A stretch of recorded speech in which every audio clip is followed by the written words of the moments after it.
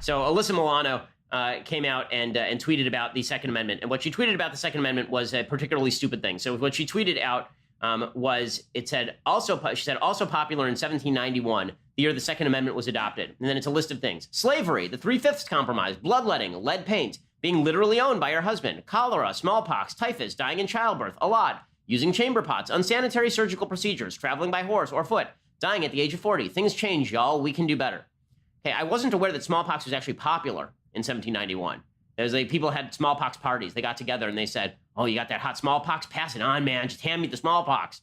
Dying in childbirth. Also not aware that that was supremely popular in 1791. I think people saw that as bad in 1791. Even slavery, which was popular in certain parts of the United States in 1791, was certainly not popular in certain other parts of the United States in 1791. But if you're going to talk about things that are in the Constitution of the United States, which seems to me closer than smallpox to resemblance to the Second Amendment, you might try the First Amendment. You know some other things that were popular in 1791? Freedom of religion, freedom of speech, no quartering of troops, no illegal search and seizures, a right to a jury trial, a right against torture. Right? These were things that were pretty popular in 1791. It turns out, because they're in that same document. You stupid idiot. So again, there's a notion on the left that all of time began with their birth.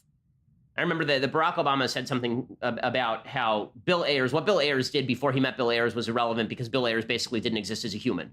Right? Bill Ayers did all this stuff when I was a kid. Okay, so what? So what? The world didn't start turning when you were born. But folks on the left seem to think that all of the good things in life began just spontaneously when they were born or discovered them, and that they never pre-existed that.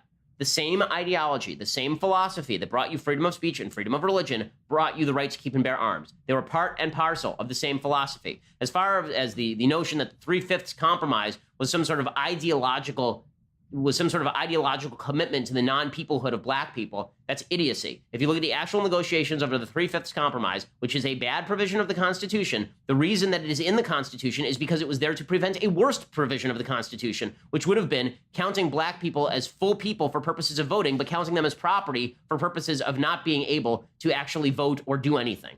That's what the South wanted. The South wanted, slave owners wanted, that if there were a bunch of black folks who were living in slavery in South Carolina, for purposes of representation in the Congress, for South Carolina, black folks would be counted as people, but they would not be able to vote and they would still be considered property. And the North said, no, we're not going to do that. You don't get to count black people as full people, excuse me, because it skews the representative sample. If the North had caved to that and said, sure, black people are full people for purposes of representation, but not people for purposes of property, guess what? Slavery would have lasted longer because the South would have had more votes in the Congress.